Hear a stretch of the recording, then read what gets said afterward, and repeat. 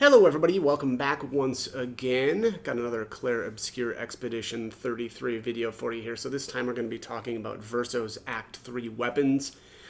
So this one will be slightly different than the other videos that I've done for the weapon breakdowns, but only in that it's not going to be strictly chronological, right, in terms of, in like a story order, because Act 3 is completely open. You get to do whatever you want in Act 3 in whatever order you want. But I am going to be putting these in order of weapon level, starting with the lowest of the weapons and working our way to the highest. So the first one then, of course, at level 16, weapon level 16, that is the Verso. And this is located in Lumiere. From the Lumiere Citizen battle. That's, of course, the one with the sword and gun. It looks a bit like Gustav, in my opinion. But I think that this thing is really cool. I don't like the defense scaling, of course, but the agility is just fine with me. But there it says, base attack consumes all shields to deal 100% increased damage per shield. Now, I don't find that to be that great. I kind of wish that it would have had maybe a little bit of a different ability here, but that said, I love the level 10 ability. So +1 shield on counterattack. Now, I find that this is very, very helpful for, or I should say especially for when you're learning battles, right? Of course, if you're able to actually counterattack, that would mean that you've, kind of mastered all of the attacks in that specific chain, but, that's not always the case, and so, of course, early on, when learning, it's just helpful to be getting shield. So again, I really, really like this one specifically for that +1 shield on counterattack. Mael has a weapon that's fairly similar to this, but I think that this one's got the edge because unfortunately Mael's weapon that's, again, sort of like this one, unfortunately you lose all of your shields at your turn start. So that is not the case with this one, of course, unless you were to use that base attack. So again, a very, very cool weapon to, and I would say useful weapon in terms of learning the parry timings for battles. But anyways, the last ability is the base attack gives 4 perfection. Again, I don't find that that's that useful, but, I guess it's something. And again, I really like that level 10 ability. So next up is the Verso. So Verso is located in the Reacher from the Gestural Merchant Aragol. I don't like the scaling on this one, which of course is vitality and defense. This one kind of seems more like maybe something that's okay for random encounters because of the giving the mark. Although even then, I'm not so sure about that. I generally don't mess with mark a whole lot. Though again, that said, mark, it can be very easy to apply mark using free aim shot. So again, I find that. Maybe better for doing random encounters. But there it says gain 1 rank on applying mark. That's great, right? Gaining a full rank on marking, that can be a really good way. And again, I would say for specifically, I would say random encounters, right? Because random encounters, it can actually be very difficult for things to stay alive long enough for you to get any benefit from getting those rank ups. But again, getting 1 full rank on applying the mark, that can be a huge jump to damage for a Verso. So that is actually very cool. Mark an enemy on base attack. That's also kind of nice, but I would say that that's probably more useful for, if something has lived long enough where you kind of blow all of your AP with free aim shots and then finish up right with a base attack, right? And then, of course, that's going to get you the mark, which would then benefit your other characters. Or whoever's taking a turn after Verso. And then apply powerless on marking an enemy. I don't find that one's that useful, at least not for me. I generally try to parry everything, so I'm not really taking damage anyway. And so the powerless debuff on an enemy doesn't really do me any good. But, that can be fairly decent. And again, of course, on I would argue, for, actually, I mean, not even just for random encounters, right? That would be good for boss battles as well if you're not able to parry those abilities. So Verso is an interesting one. I'll at least give it that. Next up is the Chevalier. So Chevalier is right here, located in the Crimson Forest, and that's after defeating the Chromatic Gold Chevalier. I really like this one. For one thing, it's got amazing scaling, right? Agility and luck. That's basically my favorite combo of stats. It says there is start battle at rank S, but can't be healed or gain shields. This is perfect for me as someone who enjoys parrying. So of course, not being able to heal, not a problem for me if we're not ever taking damage. Same with gaining shields. You're not going to need any shields if you're not taking damage in the first place. So very, very cool to start immediately at rank S. Also, 20% increased damage for each consecutive turn without taking damage can stack up to 5 times. I think, if I remember right, everybody in the game has that ability on there. Stacking up to 5 times too, right? So getting up to 100% damage increase. It's basically like a souped up warming up, right? So this is a very, very, very good ability to have on your weapon. And then, of course, they're applying Rush on rank S to get him just a little bit faster. I don't find that to be that useful, but of course, there are some other passives that will apply other buffs for you on applying Rush. So that one's kind of neat, but I think I would have rather seen a different ability on that for the level 20, but that level 10 ability is amazing. Just a huge damage increase that you can get out of this. I would argue this is either his best weapon, in my opinion, or potentially the Samoso. I think is probably Samoso might be a little bit better in terms of dealing damage. I haven't actually tested the two against each other, but I really do like the Chevelem, and again, being starting the battle at rank S, that's huge. Kind of wish I would have had this for back in Act 2 when I did my Sprung battle, right? Because of course it takes a little bit for Verso to ramp up, but starting at S is a huge, huge deal. Even really good for, of course, random encounters, right? Just starting with that automatic gigantic damage increase right off the jump is very, very nice. Even though, of course, in random encounters, you're probably not going to get much out of the level 10 ability, but that rank S bonus damage is going to be huge for you. So really, really like this one. I would say probably, if I was to do things again, I probably would have, basically went right to the Crimson Forest at the beginning of Act 3 and got this right away. But anyways, next up is the Gesem. All right, so this one is located in the Flying Manor from the Gestural Merchant Fusoka. I like the agility scaling on this one. Unfortunately, it does have a vitality, though, which I'm not big on. But convert light damage from skills to physical damage.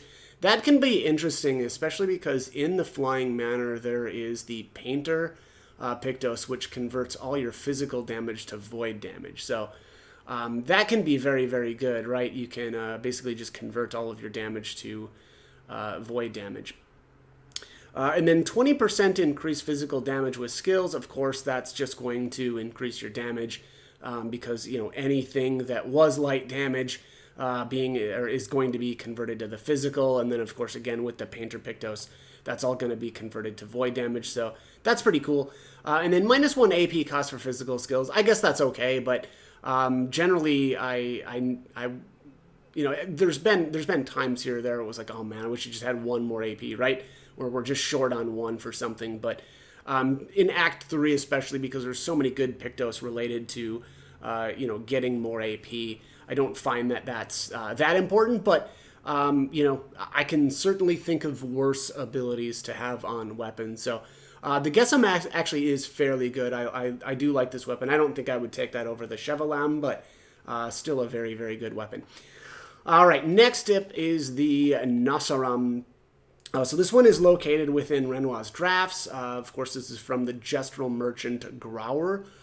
I haven't really used this one much, but I should say I really do like the agility and luck scaling, of course. And then it says double perfection gain on free aim shots. That's pretty cool, but, if we're stacking this up against the Chevelem, Chevelem's better, right? You've already got, or you're starting at S rank, so... also, the free aim shots breaking 2 shields, that's kind of cool too.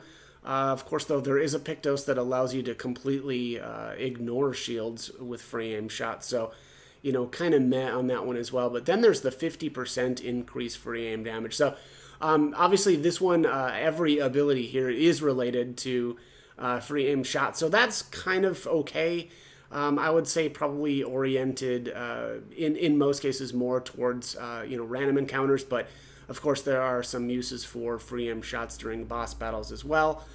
Just because again there's so many different things that you can get with free aim shots, especially in Act 3. Of course there is a Pictos that gives you powerful randomly on free aim shots, and of course many others. Sniper comes to mind too. So potentially a very, very good weapon. And again, I really like the stats here. I should say the stats in terms of its scaling. So very cool weapon. Last one for Act 3, of course, is the Samoso. Now, of course, this does come from the Simon battle within Renoir's drafts. Most likely, I think Simon is the most difficult enemy in the entire game. So this is probably the weapon that you're going to see literally last of every weapon. Now, although, again, you can kind of do anything in any order that you want in terms of Act 3 stuff. But, again, very, very difficult fight and, definitely more challenging. I love the agility scaling. Of course, they're getting 3,000 extra damage out of this thing. Or power, I should say. Unfortunately, though, it does have the vitality scaling, which I am not big on. But here it says, an ethereal sword deals light damage on any damage dealt with skills. So that actually is really cool, right? You can really pump out some damage with this thing because of all the extra damage that you're getting from that level 4 ability. I haven't really tested this thing out on I guess I should really say at much at all. But also I assume that this is probably not that great for anything that's going to absorb light damage, right? Not to say that it's going to be worthless against them by any means, but obviously quite a bit less effective then. But 20% chance to apply burn on dealing light damage. That's pretty cool too, right? Verso being able to kind of become a source for burn damage is pretty sweet. And of course there are so many Pictos in the game related to burn, so specifically like critical burn. Oops, I hit the wrong button there. Critical burn being one of them. Of course, but I should say though, during Act 3, it is very, very easy to hit a 100% crit rate with just Pictos and the luck stat. So that kind of falls off in terms of usefulness, though it's still only 5, Lumina points to equip that. But there's other things like double burn, right, which is very, very good. For Act 3. Very steep cost, but very good Pictos to have on someone like Verso, who then, of course, is able to apply some burn stacks here. And then they're the last ability, which is so absurd. Can't die if at least rank A.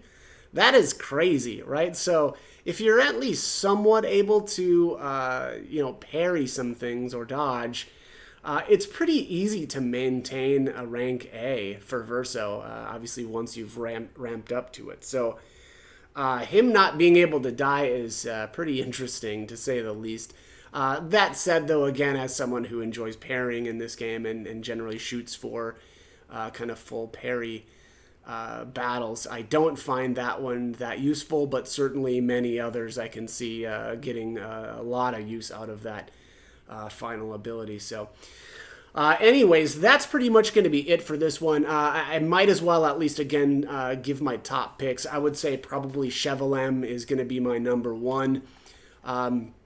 Mostly up until probably you get the Samoso, and then my guess, and again I haven't actually tested these out that well, but I'm guessing that the level 4 ability on this may out damage the Chevelem, maybe, especially early on. But the other thing here is obviously the Chevelem giving you the jump on rank S immediately, but then but also on top of that, I should say the level 10 ability there is huge, right? So it very well could be the case that Chevelem does outdo Samoso anyway.